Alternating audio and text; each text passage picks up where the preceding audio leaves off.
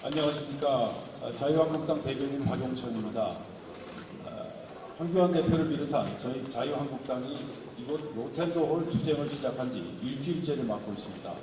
오늘 최고위원 중진회 의원 연석회의도 이곳 로텐더홀에서 진행하겠습니다. 자, 그럼 먼저 국민의례를 하도록 하겠습니다. 모두 자리에서 일어나 정면에 있는 국기를 향해 주시기 바랍니다. 어디에 있어요, 국기가? 국기 공지를 다시.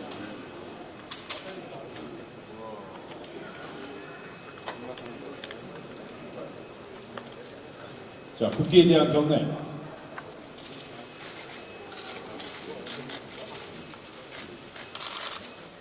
바로 자리에 앉아주시기 바랍니다.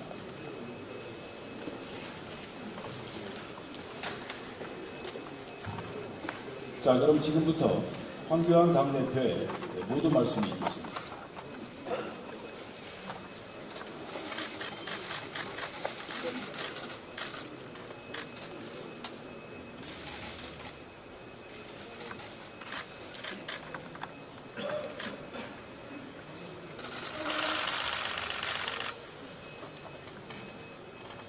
정세균 전 국회의장의 총리 임명은 의회주의를 훼손한 것입니다. 문재인 대통령이 어제 정세균 의장을 국무총리로 지명했습니다. 입법부 수장, 그것도 바로 직전에 입법부 수장이 행정부, 그것도 제2인자의 자리로 가는 것은 큰 문제가 있습니다. 삼권 분립의 정신을 훼손하는 것이고 또 입법부의 권위를 실추시켜서 의회 민주주의를 훼손하는 것이라고 지적하지 않을 수 없습니다. 현대 민주주의에서 입법부는 국민을 직접적으로 대표하는 국민 주권의 전당입니다. 민주주의의 중추기관입니다. 그래서 국회의장직의 격을 지키는 것, 그것은 입법부의 존엄성을 지키는 것이고 의회 민주주의의 신성함을 지키는 것입니다. 정세균 의원을 총리 지명함으로써 문재인 대통령은 입법부의 권위를 무너뜨리고 입법부를 행정부의 시녀로 전락시키고 말았습니다. 대한민국 헌정사에서 다시 한번 씻을 수 없는 오점을 남겼습니다. 문재인 정권은 정말 거꾸로 가는 정권입니다. 이 정권은 지금까지 겪어본 적이 없는 나라를 만들겠다는 말을 여러 번 했습니다. 의회 민주주의도 정말 유례없는 방법으로 훼손하고 있습니다. 전 국회의장을 국무총리에 임명하는 것 말고도 지금 국회에서는 여당이 군소정당들과 야합해서 1+4라고 하는 헌법과 국회법에 없는 불법 조직을 만들어서 연동형 비례대표제 선거법을 날치게 하려는 반의회주의 폭거를 자행하고 있습니다. 그런데 지금 이 야당 세력들은 그 사이에서 자중질환이 일어나고 있고 그들의 벌거벗은 욕심이 그대로 드러나고 있습니다. 그럼에도 불구하고 이들은 계속 그런 야합을 이어나갈 것입니다. 그리고 야합의 성과를 또 낼지도 모르겠습니다. 그러나 그것은 국민들 앞에 엄중한 심판에 직면하게 될 것임을 다시 한번 경고합니다. 선거제도를 개혁한다고 하는 핑계로 뒤로는 온갖 협잡과 야바위를 벌이고 있습니다. 연동형 캡이란 75석을 나눠 먹을지 아니면 50석을 나눠 먹을지 25석을 나눠 먹을지 다투고 있습니다. 서태율 제도라고 하는 것은 군소정당의 중진의원들이 지역구 선거에서 떨어지고 나서도 비례대표로 의원직을 얻기 위한 것입니다. 젊은 정치인들의 꿈을 짓밟는 일입니다. 저들은 특정 지역의 지역구를 지키기 위해서 선거구 확정에 필요한 인구 기준을 바꾸는 타령치까지 저지르려고 하고 있습니다. 1+4 좌파야합 협상은 결말이 어떻게 나든 우리 정치사에 크나큰 오점으로 남을 것입니다. 민의를 대변하는 공당들이 얼마나 국민의 뜻을 무시하고 사욕에 빠져 있는지 어디까지 파렴치해 줄 수 있는지 후대에 길이길이 남고 전해질 것입니다. 이 야합에 동참한 한 사람 한 사람의 이름이 역사에 그대로 기록될 것입니다. 저희 자유한국당은 의회 민주주의를 사수하기 위해서 야합 세력의 파렴치한 야바위를 반드시 저지하겠습니다. 우리 국민 모두가 꿈꾸는 제대로 된 대한민국, 제대로 된 민주주의를 회복하는 것을 다시 한번 회복하겠다는 것을 다시 한번 국민들께 약속드립니다. 소득주도 성장으로 안 되니까 이제는 불로소득 성장입니까? 지금 문재인 정권이 소득주도 성장으로 경제가 망가지니까 이제 불로소득 성장으로 정책 전환을 했나 봅니다. 지난해 민간 택지 분양가 상한제 시행 이후에 서울과 수도권의 아파트값이 급등하고 있습니다. 정부는 그저께 15억 이상의 고가 아파트에 대한 주택담보대출 금지를 주요 내용으로 하는 부동산 종합대책을 발표했습니다. 주택담보대출 유연화도 아니고 강화도 아니고 금지라고 하는 것입니다. 이 정부 들어서 18번째입니다. 그런데 이 수많은 대책의 결과가 무엇이었습니까? 아파트 평당 1억 원 시대가 되고 말았습니다. 불로소득 국가의 신기원을 열었습니다. 부동산 가격의 폭등으로 집 없는 경제적 약자들은 피눈물이 납니다. 집을 살 수 없어서 피눈물이 나고 전세 가격이 올라서 피눈물이 납니다. 국민 대다수가 불로소득 성장에 처절한 패자입니다. 극소수만이 그 수혜자입니다. 이런 정책 해도 되는 것입니까? 그런데 그 최대 수혜자 중에는 청와대 전 현직 고위공무원들이 많다고 합니다. 경실련 조사 결과 문재인 정부 청와대 근무 공직자들의 보유 아파트 값은 문재인 정부 출범 전 8억 2천만 원에서 이제는 11억 4천만 원으로 40% 급등한 것으로 나타났습니다. 부동산 정책에서 무능과 실패를 반복하면서도 정작 이 무능과 실패로부터 자신들은 횡재를 한 것입니다. 그 와중에도 대통령과 부동산 담당자들은 부동산 가격이 안정되고 있다. 또 부동산 문제는 자신 있다. 이렇게 하면서 거짓말하고 있습니다. 부동산 문제, 부동산 올리고 어려운 사람들 집 마련 못하게 하는데 자신 있는 모양입니다. 국민이 아니라 측근들의 부동산 가격 안정되어 있습니다. 말도 안 되는 국민의 삶, 침해, 부동산 정책을 강행하고 있습니다.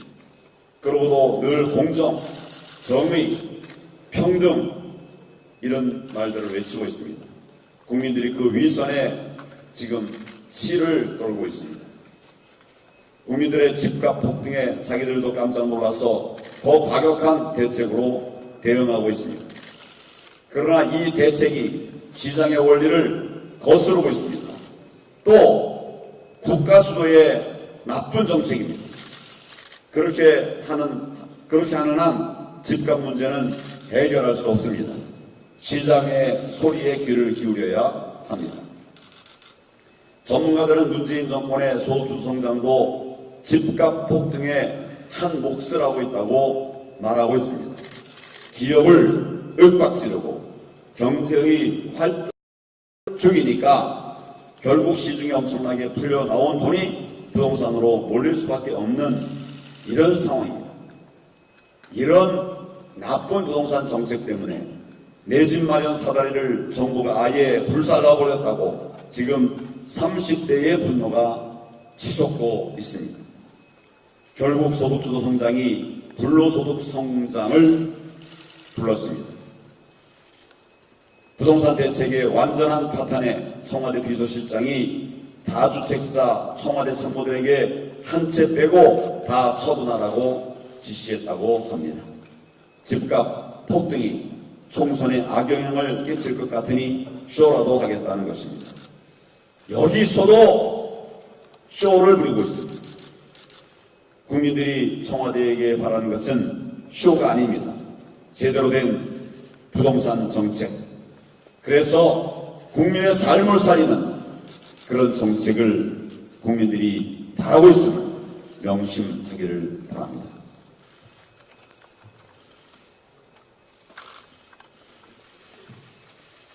네, 수고하셨습니다. 다음은 신재철 원내대표의 발언을 들어보도록 하겠습니다.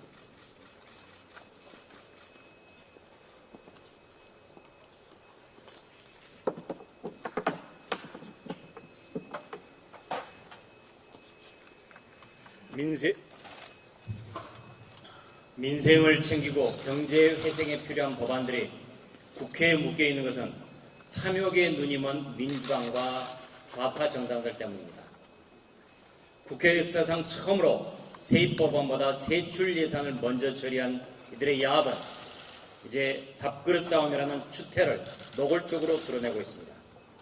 석패율, 연동형, 캡, 이중등록제, 인구기준 변경 등등 온갖 꼼수들을 동원해 밥그릇 하나라도 더 빼앗아 먹으려는 탐욕의 악이 다툼 뿐입니다.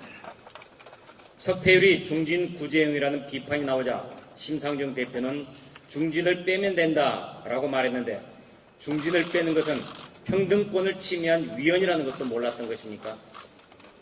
심상정, 박지원, 정동영, 손학규 등 정계 퇴출이 마땅한 사람들이 이중 등록제라 해서 지역구에도 출마하고 비례대표에도 등록하고 이렇게 어떤 경우에도 목숨을 부지하겠다는 집념은 비루하기 짝이 없습니다. 더욱이 위헌이 명백한 연동형을 이번 선거에만 한시적으로 적용하자는 야바이는 자기들 스스로 정치 사기꾼임을 고백하는 것에 다름 아닙니다. 선거 제도는 민주주의의 핵심 기반입니다. 정치를 잘해서 표얻을 생각은 하지 않고 제도를 바꿔서 의석을 도둑질하려는 이들 좌파 연합의 모습이야말로 민주주의를 근본적으로 위협하는 반민주적 작태입니다.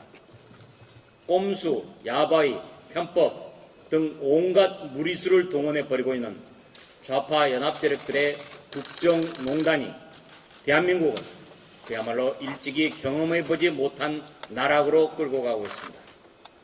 민주당과 1+4라는 좌파 연합은 대한민국을 망치고 있는 저주의 선거법 개정 시도를 당장 걷어치워야 합니다. 워낙 논란이 많고 예비후보 등록이 시작됐는데도 아직도 선거제도가 정해지지 않은 이 현실은 참으로 부끄러운 현실입니다. 우리 자유한국당은 253대 47 현 상태로 가야 한다고 다시 한번 강조드립니다. 문재인 정권이 정세균 전 국회의장을 국무총리로 지명했습니다. 대통령이 국회를 얼마나 우습게 보고 있길래 입법부 수장한테 이리 와서 국무총리를 하라고 지명했겠습니까? 국가의전세율 2위인 국회의장이 총리를 수락한 것은 자신이 최고 수장을 했던 국회의 권위를 스스로 짓밟은 것입니다. 국회의원으로서 참으로 참담해집니다. 국회의장은 본회의 때 국무총리한테 격려를 받습니다. 이제 정 후보자는 후배 국회의장한테 격려를 해야 합니다. 부끄럽지도 않습니까? 맹자는 무수호지심 비이냐라고 했습니다. 부끄러움이 없으면 이건 사람도 아니다 라는 겁니다. 문 대통령은 원래 다른 민주당의 다른 중진 의원을 총리로 지명하려 했습니다. 그러자 민노총, 참여연대 등 좌파 단체의 반대가 쏟아졌고 그 카드를 접었던 것입니다. 극좌 세력에게 굴복한 것입니다. 대통령이 이래서 해야 되겠습니까? 이 나라의 근간을 흔드는 좌파 세력에게 휘둘리는 대통령, 이 무슨 추한 꼴입니까? 대통령의 이런 모습은 국민의 자존심을 짓밟는 것입니다. 제발 대통령답게 행동하십시오. 앞으로 정세균 후보자에 대해서 인사청문회하고 임명동의안을 표결 처리합니다. 이 과정에서 우려할 게 하나 있습니다. 바로 민주당하고 좌파 2, 3, 4중대들이 선거법안을 놓고 거래할 가능성이 충분하다는 것입니다. 임명동의안을 표결 찬성을 해줄 테니까 선거법 21대 의석을 더 내놔라 라는 이런 빠타가 이루어질 수 있다는 것입니다. 이런 밀실 협상이 앞으로 어떻게 전개될지 국민 여러분께서도 주시해 주시기 바랍니다. 작년 울산시장 선거에 청와대 핵심 인사뿐만 아니라 문재인 대통령도 개입한 것이 아니냐 하는 의문이 커지고 있습니다. 검찰이 송병기 울산 부시장 업무일지를 확보했다고 합니다. 이 업무일지에 대통령 청와대 개입 의혹이 분명히 드러나고 있다고 합니다. 청와대가 당시 한국당 소속으로 공천을 받은 김기현 울산시장을 낙선시키기 위해 선거 한참 전부터 기획하고 공작했다는 것이 더욱더 명백해지고 있습니다. 대통령 친구를 당선시키기 위해 청와대, 경찰청, 그리고 또 그 위에 권력기관이 어디까지 개입된 것인지 그 끝을 알 수가 없습니다. 이것은 도저히 용납할 수 없는 선거 공작입니다. 국민 주권에 대한 직접적인 침해입니다. 이제 국회에서 국정조사를 해야 합니다. 민주당이 떳떳하다면 국정조사를 받으십시오. 문재인 정부의 12, 12, 16 부동산 대책은 애꿎은 국민들한테 책임을 돌리고 중산층과 서민의 내 집 마련 꿈을 짓밟은 막가파식 대책입니다. 청약시장에서도 밀려난 젊은 세대는 내 집을 가져보겠다는 인생계획 자체를 포기하게 됩니다. 사다리를 놔주는 것은 고사하고 불살라버리는 게 이 정권의 부동산 대책입니다. 문 대통령과 정부는 더 이상 대책 하지 마십시오. 차라리 무대책이 낫습니다. 이상입니다. 네, 수고하셨습니다. 다음은 김무성 의원께서 발언하시겠습니다.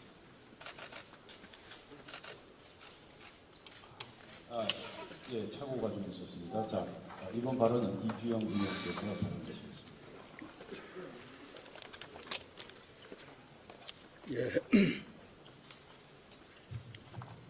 국회 부의장 이주영 의원입니다. 문재인 정권은 온통 막장 드라마 수준입니다.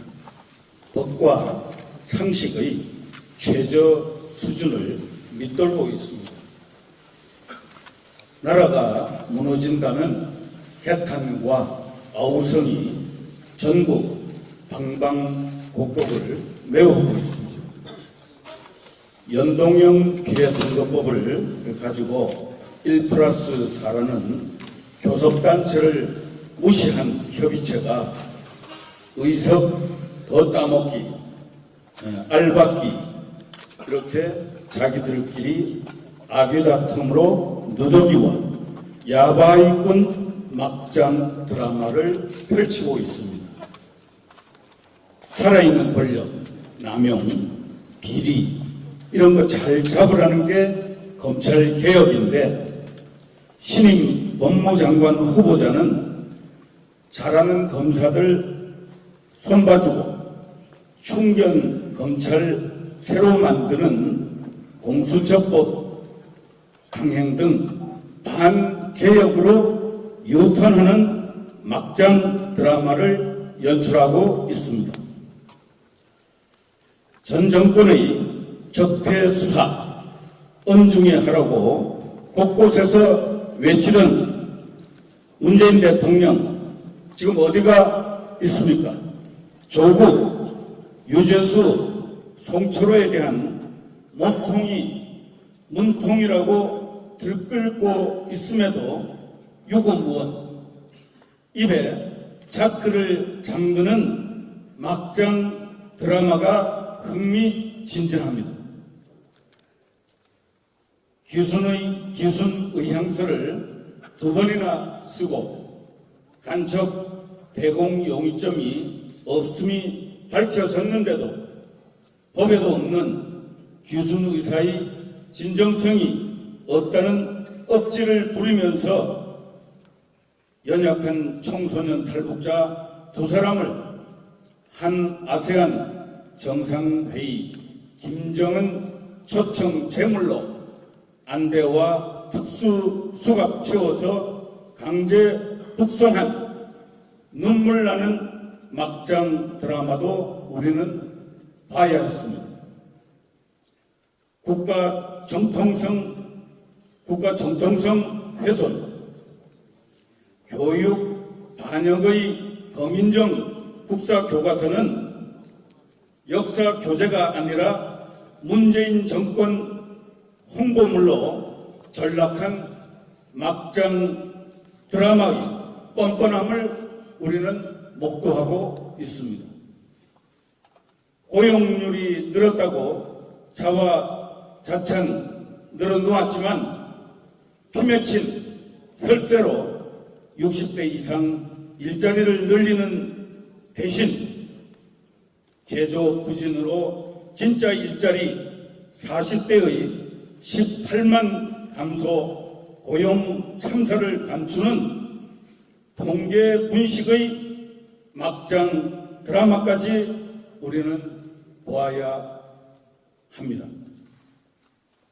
이제 김정은이 제시한 연말이 다가오면서 비핵화 의지가 분명하다고 우리 국민과 동맹국을 속였던 외교 안보의 사기극 막장 드라마가 목전에 다가오고 있습니다.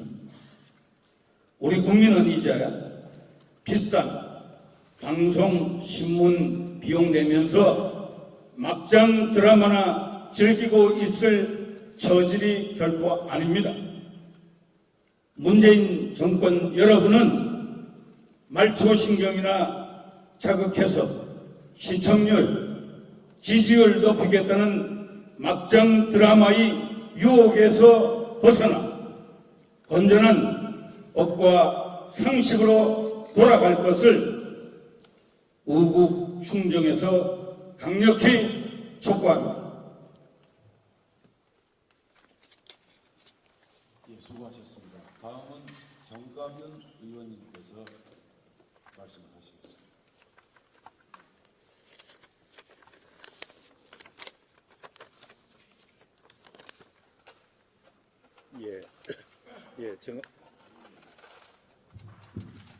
정감윤 의원입니다. 지난 12일 영국 총선에서 보수당은 과반을 차지하며 압승을 했습니다.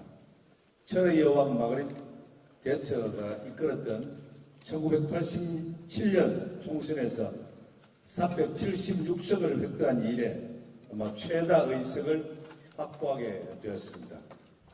지난 11월 6일 하원을 해산해서 브렉시트 여부를 국민에게 묻자는 보리스 존슨 총리의 결단이 대성공을 거둔 셈입니다. 영국 총선 결과는 총선이 불과 4개월 채 남지 않은 상황에서 우리에게 시사하는 바가 매우 크다고 하겠습니다. 첫째, 결단은 신속하고 행동은 일사불란해야 한다는 것. 둘째, 가치와 이념은 분명히 하되 정책은 유연하게 접근해야 한다는 것.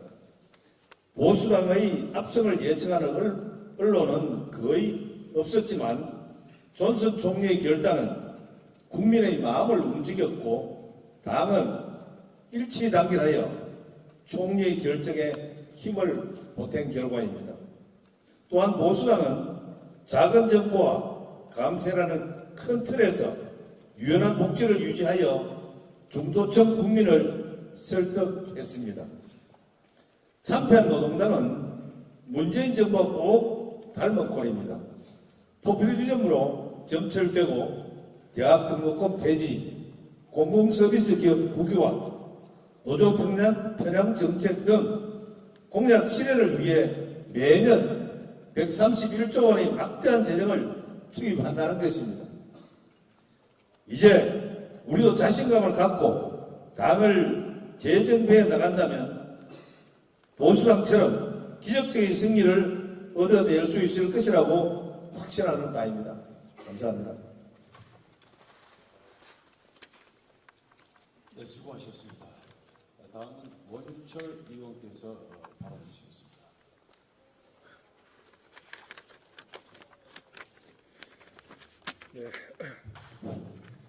네, 200년 전에 미국 매사추세츠주의 게리 주지사가 주도로 만들어낸 게리맨더링이라는 것은 특정 정당이나 특정 후보자에게 유리하게 선거구를 만드는 것입니다. 특정 후보자에게 유리하도록 괴물 같은 선거구를 획정한 게리맨더링은 반민주적 선거 야합의 대명사입니다. 이것이 지금 200년이 지난 지금 대한민국 국회에서 벌어지려고 하고 있습니다. 집권 세력 연장을 위한 법안을 통과시키기 위해서 특정 정당 일부 세력에 창당도 하지 않은 의원 모임까지 끌어들인 1+4라는 괴물 같은 협의체를 헌정사상 저는 처음 보고 있습니다. 아니 세계적으로도 이러한 유례는 찾아보기 어려울 것입니다. 이번 1+4 선거법 플러스 공수처법 야합은 세계 토픽감의 입법 계리 만들기 될 것입니다.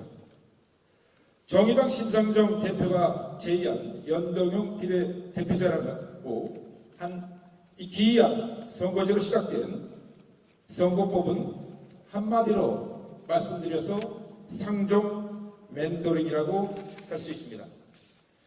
이들의 상종 멘토링이라는 선거법 야합은 민주주의를 뿌리채 그 근간을 흔드는 것으로 어떠한 경우라도 용납할 수 없습니다. 대통령이 공수처장을 임명하는 대통령 직속 슈퍼 특수보도 사정 권력의 독점을 낳을 뿐입니다. 한마디로 말해서 이번 사태의 본질은 더도 덜도 아닌 좌파 장기 집권 플랜일 뿐입니다. 국회가 특정 정치 세력의 장기 집권을 위한 당리당략의 희생의 제물이 되어서는 결코 안 될 것입니다. 그래서 우리 자유한국당이 이렇게 국민들과 함께 막아서고 있는 것입니다. 국민 여러분들께서 도와주셔야 될 이유가 여기에 있습니다. 감사합니다. 네, 수고하셨습니다. 다음은 정우택 의원께서 말씀을 하시겠습니다. 네. 이제 선거법은 추악한 괴물로 변질되고 있는 것 같습니다. 선거법이 이제 온갖 편법과 꼼수 또 무리수로 난무하는 누더기로 만들어버리고 있습니다. 그것은 애시당초 의석 나누기를 위해 시도했던 선거법 개정이기 때문에 당연한 결과일지도 모릅니다. 어제도 4+1이 모였다고 했지만 결국 만나서 의석 나눠먹기 꼼수 협상을 했다고 하는데 그것도 또 실패했다고 합니다. 이제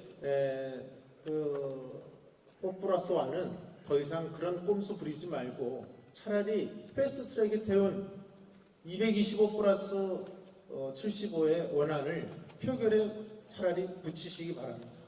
그것이 깨끗한 저는 모습이라고 보고 있습니다. 민주당이 엿바꿔먹은 이 선거법이 결국은 정의당의 안대로 그 안이 패스트트랙에 태워졌는데 결국은 심상정 대표 자체가 이제는 그것을 원안을 올리는 것을 협박이라고 얘기를 하고 있는 이런 아이러니한 현상이 벌어지고 있습니다. 대단히 웃기는 코미디 같은 일이라고 저는 보고 있습니다. 이제 밥그릇 싸움으로 선거법은 그 신선도를 잃었기 때문에 폐기되어야 마땅하다 이렇게 생각을 합니다. 또 공수처법 역시 이제는 상정의 산물로 등장한 공수처법도 당연히 같이 폐기되어야 된다고 생각합니다. 오히려 공수처법을 만드는 게 아니라 청와대 비리수사처를 만들어야 된다고 저는 보고 있습니다. 한미 동맹을 흔드는 국가안보실, 경제를 망친 경제수석실, 또 술 먹고 민간인을 폭행한 경호실, 또 야당을 대고 삿대질한 정무수석실, 또 인사 망친 인사수석실, 또 유재수 감찰 무마하고 지금의 모든 사람이 입방안을 찍고 있는 민정수석실, 정말 악취가 나는 썩은 냄새가 나는 청와대가 아닌가 이렇게 생각을 합니다. 이런 청와대를 과연 보고만 있어야 될 것인지 우리 국민들의 분노는 들끓고 있다. 저는 이렇게 생각을 하고 있습니다. 이렇게 중요한 또 국회의 이 청문 같은 시간을 올스톱 시킨 원인 제공자는 저는 오로지 자신의 목적을 위해 법적 근거도 없이 4+1 협의체를 만든 민주당과 또 동조 세력에 있다는 점을 다시 한번 분명히 밝힙니다.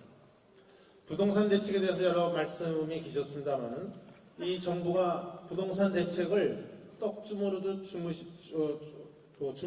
하고 마구 주물러 댄 그 결과 지금 국민의 심정은 경악이 반이고 한심함이 반으로 작용하고 있다고 저는 봅니다. 이 고삐 풀린 망아지처럼 뛰던 부동산 대책을 잡겠다고 이제는 완전히 보여주기식 쇼를 지금 하고 있습니다. 18번째 이번 대책을 내놓은 것은 자기네들은 지금 부동산 가격으로 재미를 다 본 뒤에 지금 부동산 때려잡겠다고 나서는 거나 마찬가지입니다. 이 정부에서 부동산 정책을 설계한 사람이 누구입니까? 바로 김수현이라고 하는 청와대 전 실장의 집값이 지금 10억 이상이 뛰었다는 것이 보도가 되고 있습니다. 그러고서는 지금 청와대에서 기껏 한다는 것이 한 채 빼고 나머지는 전부 처분하라. 이런 소위 보여주기식 쇼를 하고 있다고 저는 보고 있습니다. 이제 대통령 말 한마디에 교육 정책이 급선회 하더니 부동산 정책만큼은 자신 있다는 대통령 이러한 실언에 또다시 설익은 부동산 대책으로 국민을 우롱하고 있습니다. 이 부동산 대책에 대해서도 앞으로 이 문재인 정부는 두고두고 잘못된 정책을 저지른 것에 대한 이 역사에 남을 것이다. 이렇게 저는 생각합니다. 고맙습니다. 네, 수고하셨습니다. 다음은 신상진 의원께서 발언하시겠습니다.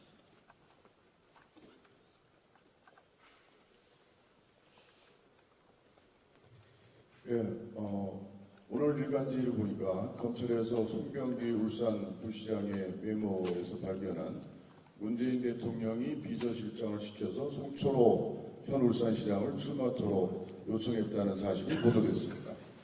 이후에 당내 경쟁자들을 제거하는 그러한 메모도 또한 발견됐다고 합니다.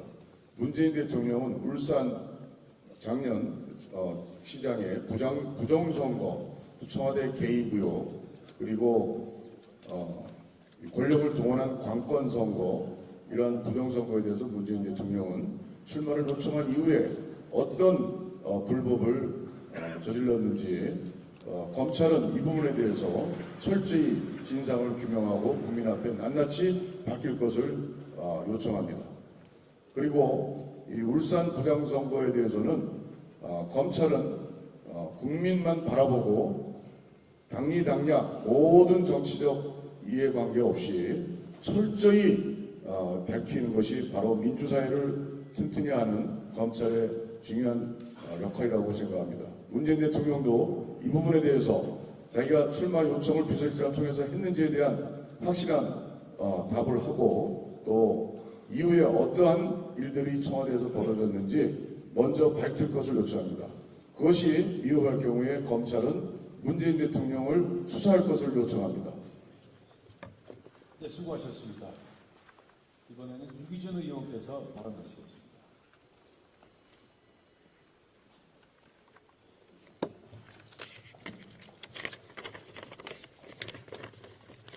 네, 유기준 의원입니다.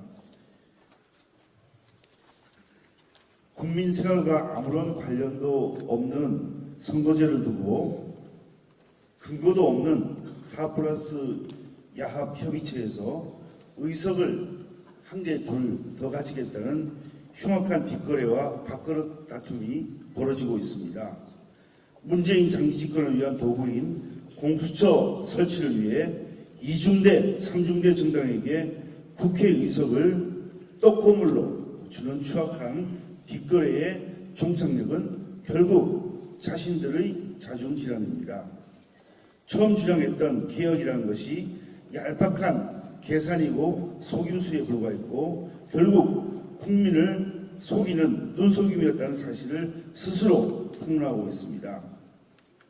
한국 민주주의와 국민의 참정권인 선거까지 막장으로 돌아가고 있는 더불어민주당과 2중대, 3중대 정당 그리고 여기에 야합한 문희상 국회의장은 지금이라도 국민에게 사죄하고 패스트트랙 법안을 철회해야 하겠습니다. 민주당과 정의당의 선거법을 둘러싼 밥그릇 싸움이 점입가경입니다. 당초 4+1 협의체에서 합의한 석패율제를 민주당이 중진 보장용으로 악용될 수 있다며 반대하자 정의당은 모욕적이라고 말하며 진흙탕 싸움을 이어가고 있습니다. 일각에서는 삼선의 심상정 대표가 석패율을 보장받아 자신의 지역구인 경기 고양갑에서 2위로 떨어지더라도 비례대표 의원으로 국회에 들어올 수 있다는 우려를 제기하고 있습니다. 심상정 대표는 지난 2014년 회의에서 석패율에 대해서는 거물 정치를 위한 정치보험제, 석패율제는 정치개혁이 아닌 정치개혁이라고 석패율제를 반대한 바 있습니다. 처음부터 민심과 동떨어진 선거법 개혁을 추진한 여당과 이중대, 삼중대, 사중대가 자중질환으로 파열음을 일으키고 있는 작금의 사태가 참으로 개탄스럽습니다. 공수처 설치에만 급급한 민주당이 이제 와서 듣도 보지도 못한 이중 등록제라는 대안을 내밀며 정의당의 눈치를 보고 있어 이 역시 국민들의 공분을 사고 있습니다. 이제라도 겸허하게 민심을 받아들이고 문재투성이인 선거법과 공수처법을 처리하여 절대 불법 사보임으로 촉발된 패스트트랙 사태에 대해서 종지부를 찍어야 합니다. 감사합니다. 네, 수고하셨습니다. 다음 정진석 의원께서 발언하시겠습니다.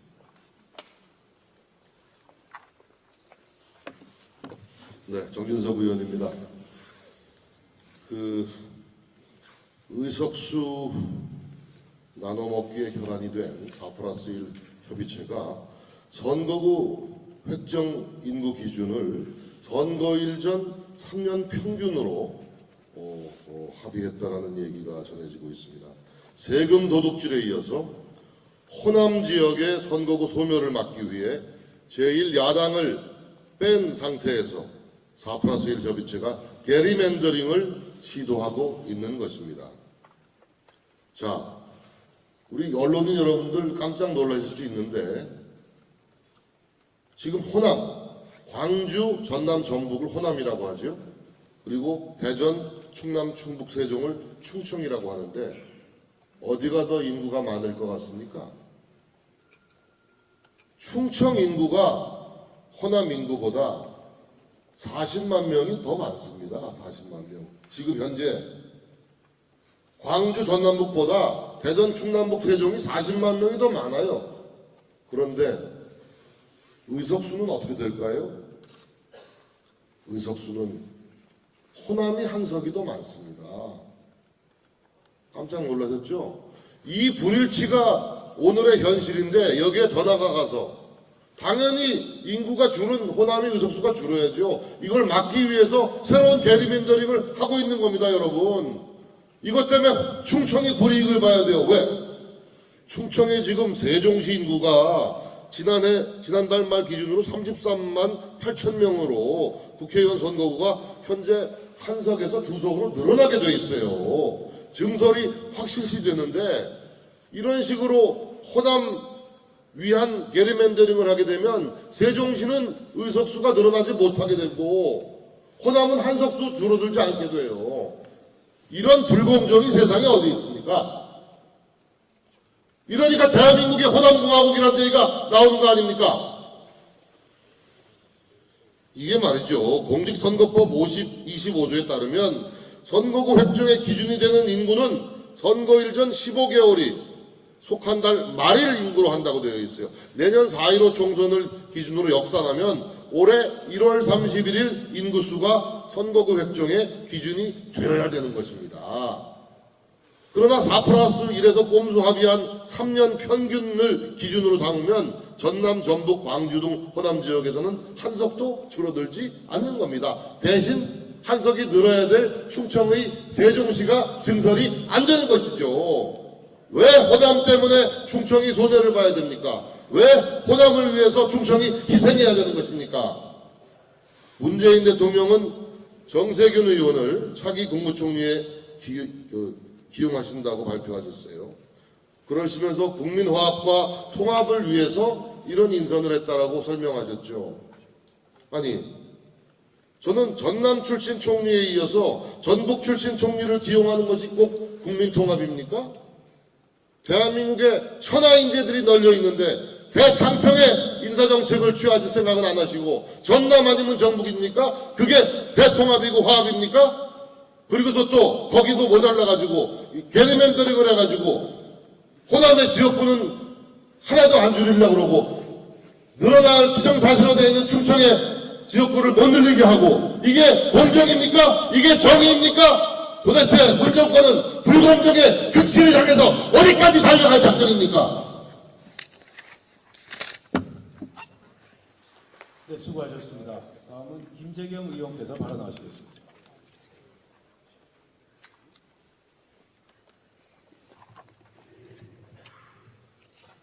대통령제 국가에서 의원의 장관 겸임은 예외적이어야 합니다. 그럼에도 불구하고 전 의장을 총리로 데려가고 전 당대표를 장관으로 데려갔습니다. 현재 문재인 정부의 현역 장관 비중은 27%, 10명입니다. 이번 개각으로 전 의장하고 추미애 대표가 추가된다면 31.5%, 12명의 현역 의원이 입각을 하게 되는 것입니다. 국민들 눈에 국회는 행정부를 견제하고 감시하는 기관이 아니라 대통령 휘하의 국가기관처럼 보이지 않겠습니까? 대통령이 주재할 국무회의 모습을 한번 상상을 해보십시오. 국회의장부터 당대표, 현역의원 10명이 주르륵 앉아 있습니다. 그 모습에서 국민들 눈에 삼권분립과 국회의 위상이 제자리를 찾을 수 있겠습니까? 정세균 전 의장님께 묻겠습니다. 본인이 아니면 국민 통합하고 경제 살릴 사람이 대한민국에 없습니까? 의장을 지낸 분이 지역구를 고수하시다가 총리로 변신하는 모습에서 권력의 집착 외에 우리는 또 무엇을 읽어야 합니까? 문재인 대통령, 정세균 전 의장님, 국가 운영의 기본인 상권 분립의 원칙을 지키고 정세균 의장의 명예를 지키는 길이 진정 무엇인지 숙고해 주시기 바랍니다. 어디에도 근거가 없는 4+1 밀실에서 밥그릇 놓고 싸우는 사이에 어제 하루에만 473명의 예비후보가 등록을 하였습니다. 민주당은 국정운영의 책임 있는 여당으로서 본연의 자리로 돌아와야 합니다. 국회법 규정에 따른 교섭 단체와 진지하게 선거법을 놓고 협상에 임해야 합니다. 깜깜이 선거의 안막을 하루빨리 걷어내야 합니다.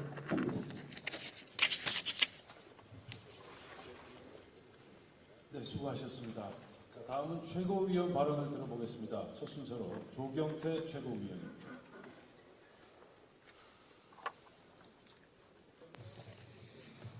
네, 국민 여러분 안녕하십니까? 나라 경제가 망했습니다. 그리고 이 국가는 비정상으로 지금 가고 있습니다. 심각한 민주주의 위기 상황입니다.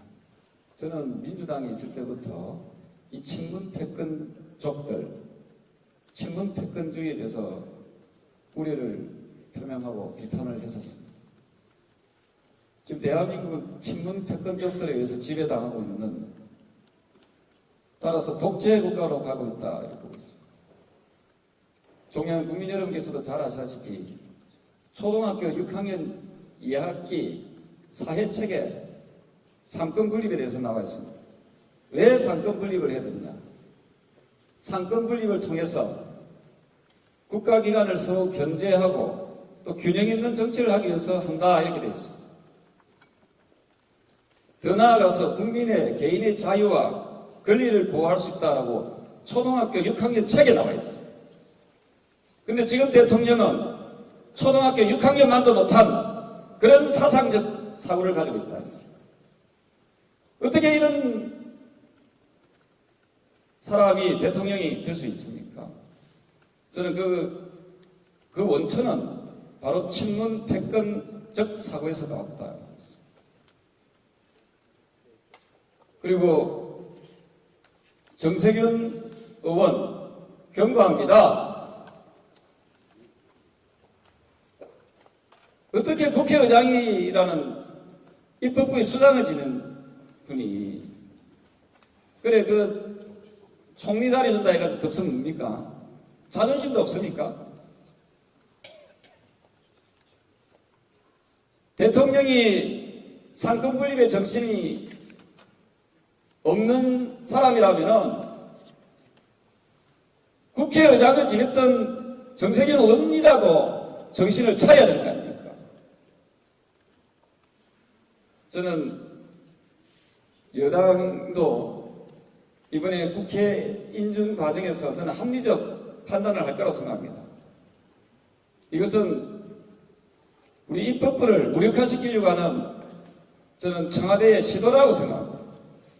따라서 이번에 정세균 의원을 또 전 국회의장을 국무총리로 지명한 부분은 대통령이 적극적으로 처리해야 되고 또 나아가서 정세균 의원 개인이 이 부분에 대해서는 본인이 스스로 결단하기 바랍니다.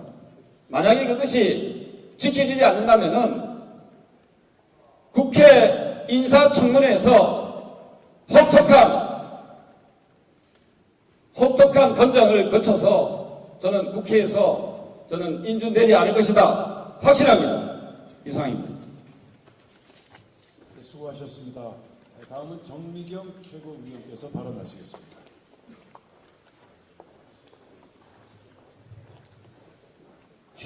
조스트라다무스 조로남불이라고 불리어지는 조국 씨가 드디어 입을 열었습니다. 정무적 책임은 최종 나에게 있다.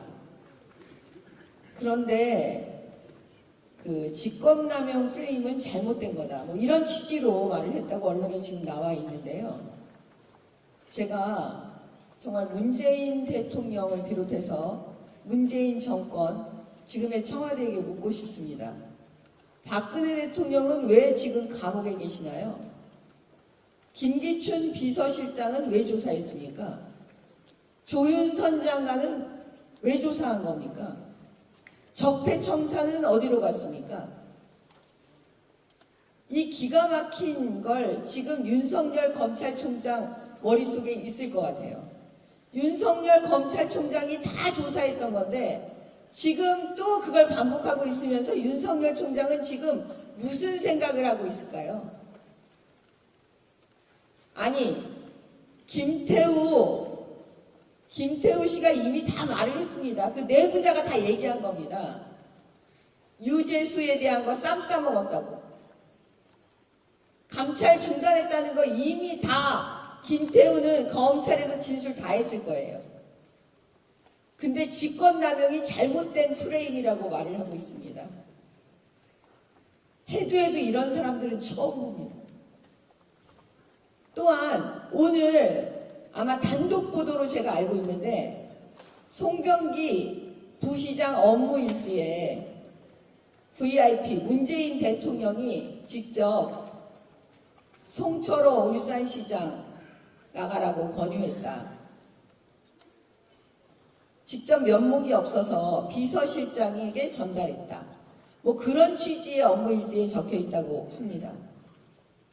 그렇다면 또 박근혜 대통령 대구 경북 TK에 여론조사하고 친박 인사들 또 추려가지고 공천심사위원회에 줬다라는 명목으로 선거 개입했다, 선거법 위반으로 2년 받았습니다.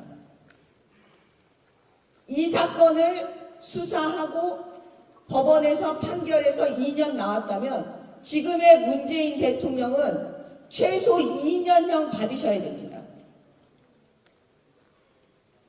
이 사건 또 수사하고 한 건 다 윤석열 검찰총장입니다. 그 내용을 누구보다도 잘 알고 있을 겁니다. 문재인 대통령에 대해서 이 선거 개입 사건, 선거법 위반 사건 어떻게 하는지 국민 여러분께서 꼭 지켜봐 주시고 심판해 주실 것을 다시 한번 부탁드립니다. 네, 수고하셨습니다. 다음은 김순례 최고위원입니다. 예, 다음으로 넘어가겠습니다. 김광림. 예, 그러면 김재원 정책위의장님 발언드리도록 하겠습니다.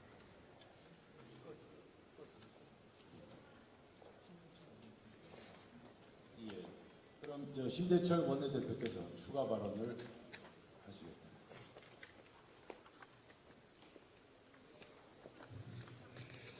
선거에 관한 우리 당의 기본 입장입니다. 첫째, 숫자 270명으로 줄여라 라는 것입니다. 지금 300명 너무 많다. 270명으로 30자리를 줄이겠다는 게 저희 입장입니다. 두 번째, 제도는 현재와 같은 현재 논의되고 있는 야바이 연동형이 아니다. 현행대로 가자라는 것입니다. 그리고 제1야당을 배제한 채 선거법 논의되고 있는 건 매우 잘못된 것입니다. 이인영 원내대표, 저하고 선거 제도에 관해서 맞짱 TV 토론합시다. 전 국민 보는 앞에서 왜 선거법을 개정해야 되는 건지, 어떻게 바꾸려고 하는 것인지, 국민들의 의견은 누구의 의견을 더 존중하는 것인지 국민 앞에 공개 토론을 할 것을 제안합니다. 이상입니다.